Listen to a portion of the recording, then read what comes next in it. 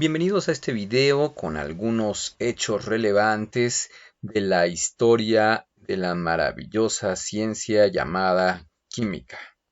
Comencemos con uno de los fenómenos prehistóricos más impactantes que seguramente vivió la humanidad en su descubrimiento, que es el fuego. Quizá haya sido uno de los principales o primeros fenómenos químicos que observó el ser humano y al que al día de hoy todavía es una de nuestras principales herramientas para la cocción de nuestros alimentos, para generar luz, para generar calor. De ahí brincaremos al periodo del 3000 al 1200 antes de Cristo, después de la Edad de Piedra. También en la prehistoria surgió la Edad de Bronce.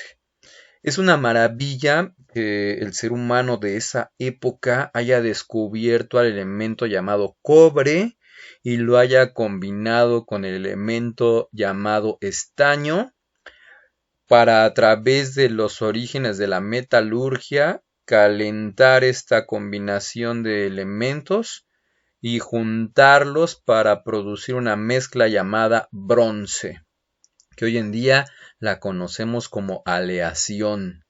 Entonces ha de haber sido impactante la forma en cómo pudieron haber formado o establecido sus primeras herramientas a partir del bronce. Y fíjense, tan importante fueron estos elementos químicos, la unión de cobre con estaño, que recibe el nombre de todo un periodo prehistórico. De ahí viene la edad de hierro del 1100 al 300 antes de Cristo. Entonces, en este periodo, el ser humano descubre al hierro, encuentra algunas ventajas y virtudes de este metal frente al cobre, sobre todo porque el cobre en esa época no lo tenían tan abundante, y entonces encuentran al hierro y a partir del hierro empiezan a producir nuevas herramientas, y hoy en día el hierro pues es la base de la industria, ¿no? Sobre todo la industria de la construcción. Fíjense también la importancia de este elemento como para darle el nombre a un periodo prehistórico completo, y que sobre todo los elementos químicos mencionados a la fecha siguen siendo de gran importancia y relevancia para satisfacer las necesidades humanas. De ahí pasamos al 450 a.C. con los antiguos filósofos griegos que creían que toda la materia estaba formada por diferentes elementos, en general 4 elementos, que es la tierra, el aire, el fuego y el agua. En ese momento pues se tenía esa idea. Incluso Aristóteles, al conjuntar estos elementos en esta teoría, pensaba en la posibilidad de un quinto elemento que sería la sustancia etérea, es decir, el soplo divino, ¿no? Presente en la materia. Pero bueno, este es trabajo de los griegos en el 450 a.C. Después, entre el siglo III a.C. y el siglo XVII después de Cristo, surge un periodo llamado alquimia, que es una protociencia. La alquimia es la que originó un paso anterior a lo que hoy se conoce como ciencia y sobre todo la química. Los alquimistas, en una gran cantidad de investigaciones, experimentos, métodos empíricos que ellos manejaban, hicieron una serie de descubrimientos tremendos, apuntando hacia dos principales objetivos. Uno, obtener la piedra filosofal, el elixir de la vida, algo que curara todas las enfermedades y que diera la vida eterna, ¿no? Entonces ese era el objetivo de los alquimistas en esa época. Además de la transmutación de los metales, el oro era el metal más preciado de la época, y entonces querían convertir todos los metales en oro. Entonces, pues estos objetivos los buscaban a través de una gran cantidad de experimentos, a través del establecimiento de una serie de códigos que posteriormente se convirtieron en lo que hoy se conocen como las ciencias naturales o las ciencias experimentales, dando lugar a paso a la creación de la química. Y precisamente en 1785 a Antoine Laurent de Lavoisier se le considera el padre de la química porque fue el primer personaje considerado científico químico por generar la ley de la conservación de la materia, que estoy seguro que ustedes la recuerdan como la materia no se crea ni se destruye, solamente se transforma. Fue el primer científico, el primer personaje que estableció los sistemas de medición en la experimentación para poder hacer a la ciencia reproducible. Y de esta forma pues surge la química. Por esta razón se le llama a Lavoisier el padre de la química. Vamos hacia 1800 con el señor Amedeo Avogadro, que tras una serie de cálculos matemáticos y experimentos llegó a establecer este número, el número que precisamente lleva su nombre, equivalente a 6.022 por 10 a la 23 partículas, que pueden ser átomos, iones o moléculas.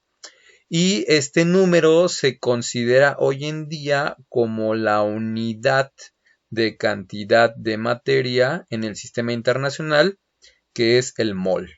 Entonces, gracias a ese cálculo o a ese número establecido, hoy podemos saber que si tenemos un mol de agua, en ese mol de agua vamos a tener 6.022 por 10 a la 23 moléculas de agua.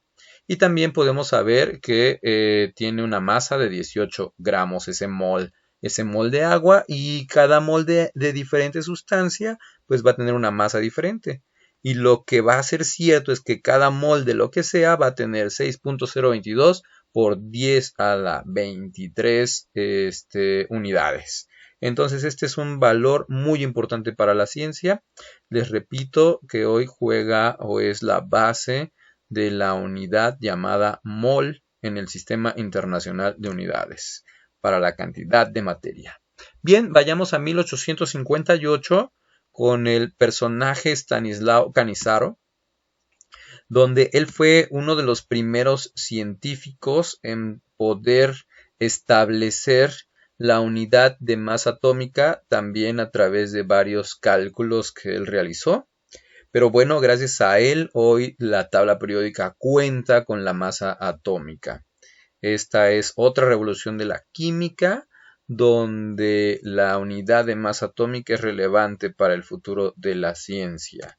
Entonces, en 1869, el señor Dmitri Ivanovich Mendeleev, este científico, organiza los elementos químicos empleando la masa atómica y asociando con las propiedades de los elementos para descubrir o establecer la ley periódica.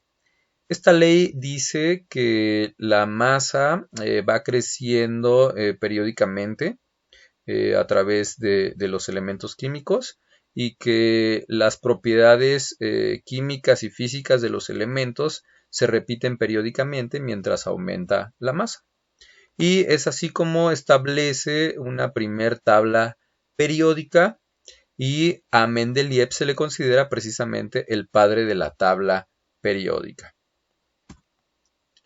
Hacia 1891, la señora Marie Curie, una de las mujeres más brillantes en el área de la ciencia, en el área de la química, descubre la radioactividad. Se da cuenta que algunos elementos químicos emiten energía cuando sus núcleos inestables se descomponen, dando lugar a nuevos elementos, y a esta energía la llama radioactividad. También se le atribuye el descubrimiento de dos elementos presentes en la tabla periódica, el polonio y el radio. Y por estos trabajos se le da el premio Nobel, y entonces es una de las mujeres más brillantes de la ciencia. Hacia 1913, el señor Niels Bohr, el personaje Niels Bohr, trabaja diseñando un modelo atómico a partir de las ecuaciones energéticas matemáticas y físicas que se contaba en la época para predecir el movimiento de los electrones alrededor del núcleo atómico, y entonces sienta las bases de lo que hoy se conoce como la mecánica cuántica. Y pues esto da pie al establecimiento de su modelo atómico, el cual sirve y sirvió para comprender el funcionamiento del átomo y para comprender el origen de toda la materia, ¿no? El comportamiento de toda la materia. Entonces por esto es famoso Bohr, por su modelo atómico y el sentar las bases de la mecánica cuántica.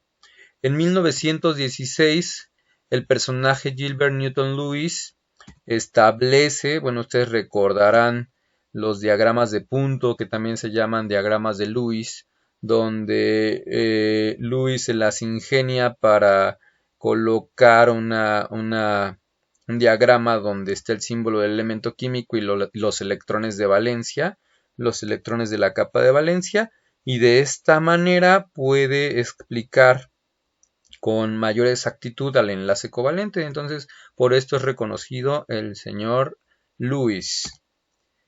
Hacia 1932, el personaje Linus Carl Pauling establece un nuevo concepto después de varios cálculos que realiza energéticos y de varios tipos del concepto de electronegatividad. Este concepto dice que los núcleos de algunos elementos químicos son capaces de atraer los electrones hacia sí cuando forman enlaces químicos, y genera una tabla con valores de electronegatividad, y estos valores de electronegatividad vienen a completar la explicación de la naturaleza de los enlaces químicos.